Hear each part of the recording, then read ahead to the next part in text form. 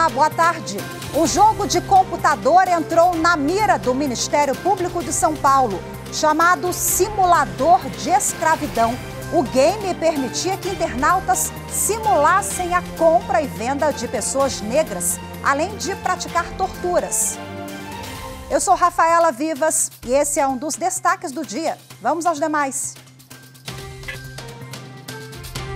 Com autorização da Justiça, a Polícia Federal faz operação para investigar crimes de fraude em licitação e lavagem de dinheiro em Alagoas. Supremo Tribunal Federal suspende a ação penal em que senador Renan Calheiros é acusado de crimes contra a honra. Presidente do STF e do CNJ, ministra Rosa Weber, participa da abertura do seminário Gestão Orçamentária no Poder Judiciário.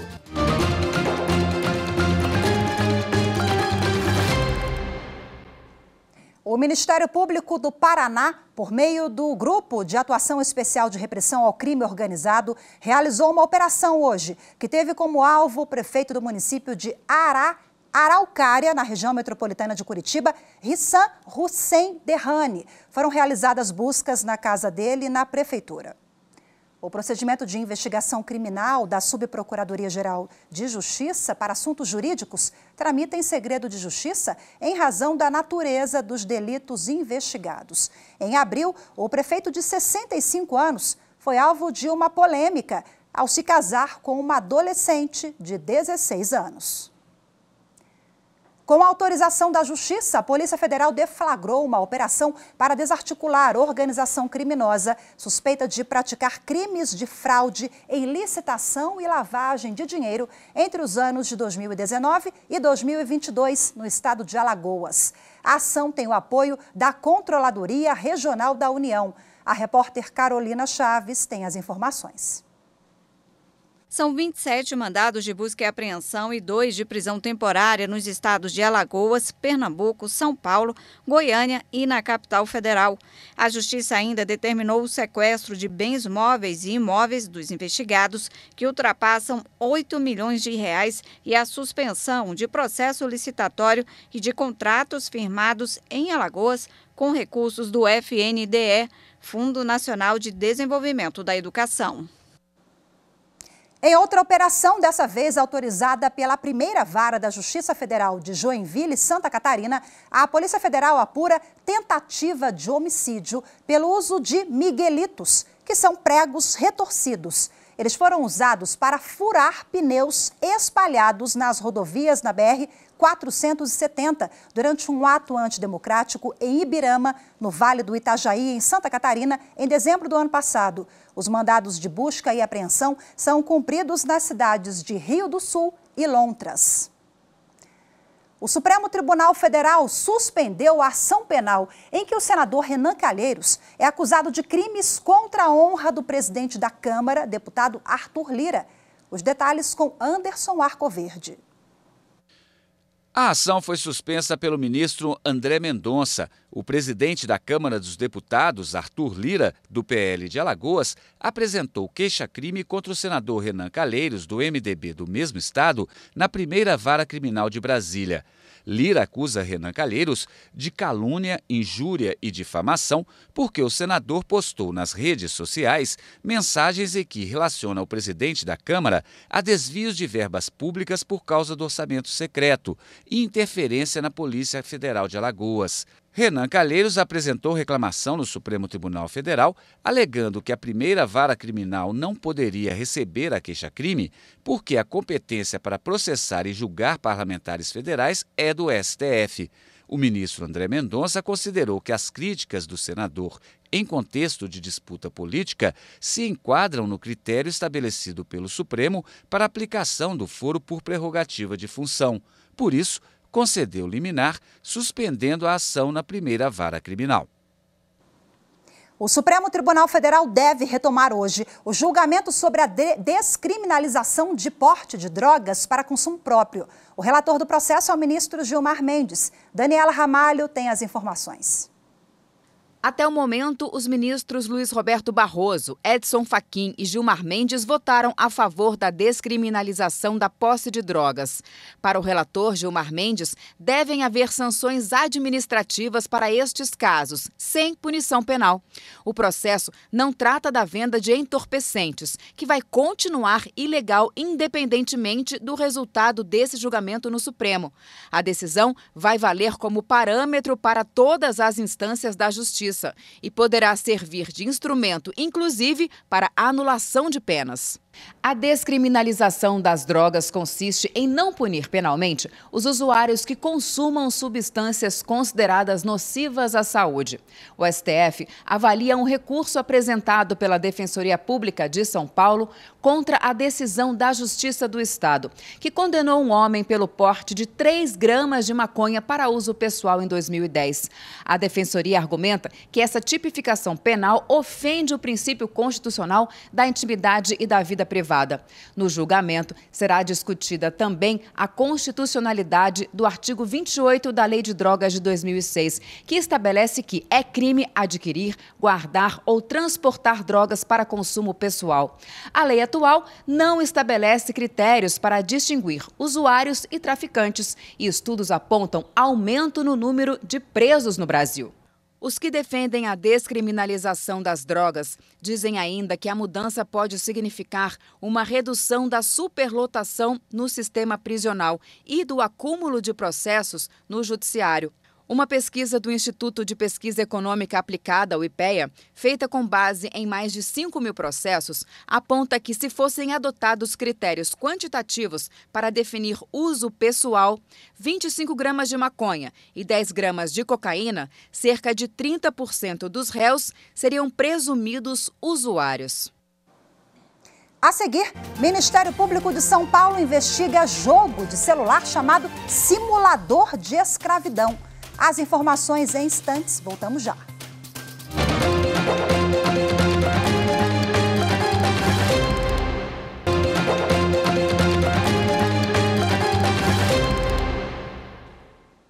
O Ministério Público de São Paulo investiga um jogo de celular chamado Simulador de Escravidão.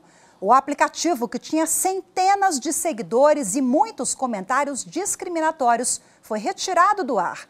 A reportagem é de Carolina Chaves. O jogo foi lançado em abril deste ano pela Magnus Games. Com mais de 2.000 downloads e várias avaliações positivas, os internautas simulavam a compra e venda de pessoas negras, além de praticar torturas. Os jogadores se passavam por donos de escravos e pediam nos comentários mais opções de torturas e elogiavam o game, porque era o que tinham vontade de fazer na vida real. O Ministério Público de São Paulo passou a investigar o jogo.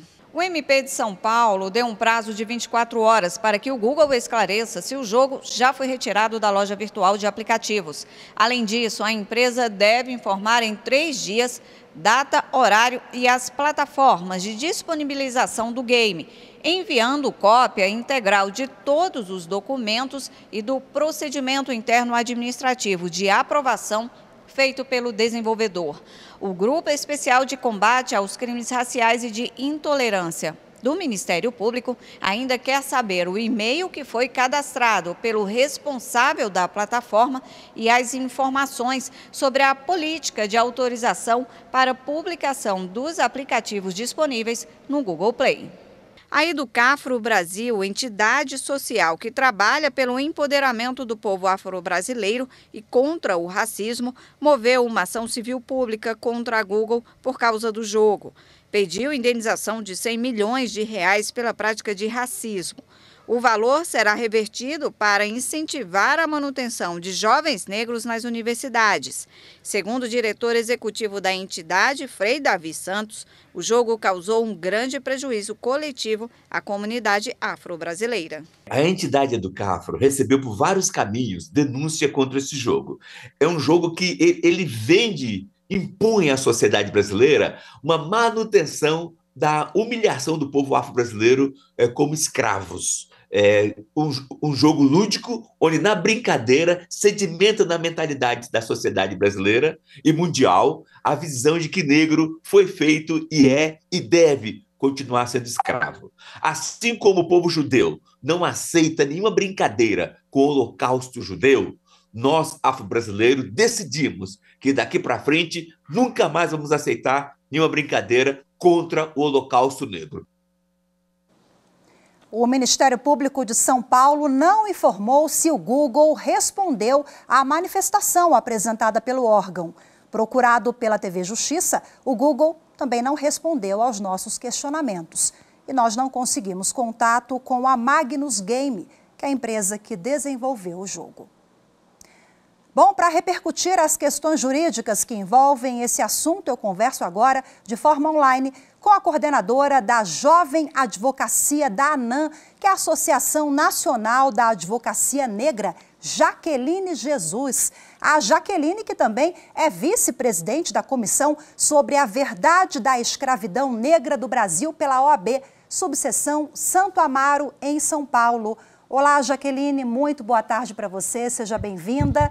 Bom, nós apresentamos na reportagem agora esse jogo que chamou a atenção de todo mundo. O Ministério Público já determinou a retirada, mas no Brasil de 2023, onde as pessoas já têm informações ou já deveriam ter, ou têm canais para buscar as informações sobre esse período tão triste da nossa história que nem deveria ter existido, né? Como é que você recebeu, vocês dessas entidades receberam essa notícia de um jogo funcionando nesses termos? Boa tarde a todos, eu agradeço a oportunidade de estar aqui conversando sobre um momento tão importante, né, depois desse jogo, e a gente recebe com uma grande preocupação a gente ter essa visão da perpetuação de ideias racistas e uma representação inadequada da história da escravidão, que apesar de todos os esforços de várias entidades, a ANAM, a OAB, a EducaAfro, a gente em promover uma valorização da cultura africana, de combater o racismo, mas infelizmente ainda existem grupos que perpetuam esses estereótipos e esses preconceitos raciais, né? A gente tem, lamentavelmente, esses jogos, séries, filmes, que ainda trazem essa percepção distorcida da história, de trazer nesse período que foi triste, doloroso e inaceitável, sendo tratado como uma forma simples de entretenimento. Bom, o Ministério Público instaurou um procedimento para investigar os envolvidos, né? E aí eu queria que você explicasse para a gente agora quais são as implicações jurídicas do Google, dos usuários, porque nós vimos ali comentários dos mais diversos, assim, que realmente são impactantes, né? Pelo pensamento dessas pessoas, a empresa que desenvolveu o game, qual é a responsabilidade jurídica de cada um? Entre os possíveis crimes a serem investigados estão o crime de ódio e racismo, que são identificados quando há essa segregação, da segregação de pessoas, discriminação, a hierarquia com fundamento de raça, e esses crimes, tanto de ódio quanto de racismo, eles podem ser imputados aos seus desenvolvedores, à plataforma e a todas as pessoas que estão envolvidas, incluindo as pessoas que comentaram. De forma a considerar um pouco mais dos aspectos, a gente pode ver o desenvolvedor do jogo, ele pode ser acusado pela disseminação desses estereótipos negativos, o crime de racismo, inclusive a violação da dignidade humana e a violação da igualdade racial. Já o Google, ele tem uma plataforma muito mais robusta, ele atinge muito mais pessoas. Então, pode ser considerado responsável por permitir a disponibilização e a comercialização desse jogo. Então, ele vai promover uma violência, discriminação racial, novamente a violação dos direitos humanos, e é uma plataforma que ela tem que ter responsabilidade de verificar e controlar o seu conteúdo, principalmente quando esse jogo ele foi disponibilizado, a classificação indicativa dele era livre, então poderia ser acessado por crianças, adolescentes, adultos e idosos, que é chocante. E os usuários, todo mundo que baixou, que comentou, principalmente os que comentaram, que são vinculados a uma questão do login e senha, dependendo da gravidade dos seus comentários, pode ser responsabilizado de forma individual pelo crime de racismo e pelo crime de discurso de ódio. Então, além dessas implicações criminais, a gente pode pensar também numa implicação de dano coletivo à sociedade. O que causou? São tantos anos da gente tentando lutar por uma igualdade, e aí, às vezes, um simples jogo, ele coloca, muitas vezes, um trabalho de muitos anos por terra. Então, a gente pensa também em todas essas questões. E é indispensável pensar que a contribuição da sociedade sendo contra esse tipo de jogo, denunciando essas plataformas, colocando na mídia, é o que traz um grande levantamento de dados para a gente combater essas práticas. Falando em levantamento de dados, em colocar na mídia, nesta semana também chamou muito a atenção um caso no início da semana lá no Rio de Janeiro de 2 influenciadoras digitais, mãe e filha, que entregaram, gente, elas aparecem entregando macacos de pelúcia, banana para crianças, né? E achando isso bonito, compartilharam esse conteúdo nas redes sociais. Uma delegacia especializada do Rio de Janeiro já abriu inquérito para apurar a conduta. Então, outras autoridades também estão em investigação para a penalidade dessas pessoas, dessas supostas influenciadoras, né? Agora, conta pra gente, isso é um racismo recreativo, né? Um fenômeno, entre aspas, digamos assim, que a gente está vendo. Mostramos o jogo, agora nesta semana no Rio de Janeiro, mais um caso. Isso. É considerado um racismo recreativo, onde você coloca práticas racistas em forma de entreter. Né? E tem que lembrar que racismo não é divertimento, não é entretenimento, ele é um crime e ele tem que ser combatido. No momento que você expõe crianças para um crime de racismo, expondo na internet, expondo a uma prática de um crime, onde pedindo para uma criança escolher entre um dinheiro ou um cacho de banana, isso é ridículo, e tudo em troca de like. Então, toda tem estilo de você trazer alguma situação racial à tona em forma de divertimento, pode ser uma piada, pode ser um filme, um vídeo, é considerado um racismo recreativo que tem que ser combatido. Eline, já temos uma qualificadora aí do racismo recreativo, a punição pode ficar maior?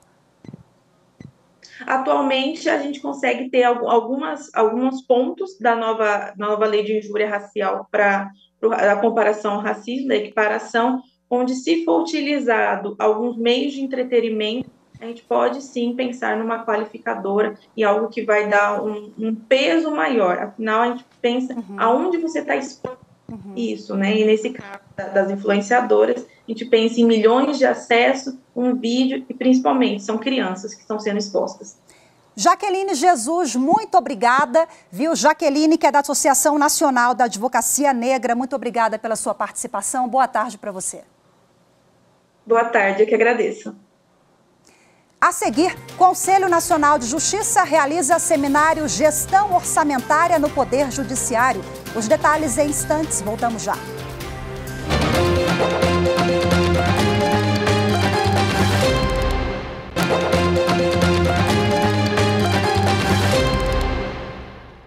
O Conselho Nacional de Justiça realiza hoje e amanhã o seminário Gestão Orçamentária no Poder Judiciário, no auditório do Tribunal Superior Eleitoral. A presidente do CNJ e do STF, ministra Rosa Weber, e o presidente do TSE, ministro Alexandre de Moraes, participaram da abertura do encontro.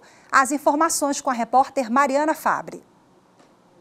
O encontro reúne magistrados e servidores que atuam com gestão orçamentária dos tribunais e de conselhos. O evento é promovido pelo Conselho Nacional de Justiça e debate temas como novo arcabouço fiscal, fundos especiais e depósitos judiciais e impactos das emendas constitucionais na programação de despesas pelo Poder Judiciário. No discurso de abertura, a presidente do Supremo Tribunal Federal, ministra Rosa Weber, que preside também o CNJ, chamou a atenção para a importância de uma estratégia nacional de aperfeiçoamento da gestão orçamentária que possa atender à crescente complexidade das ações do Judiciário.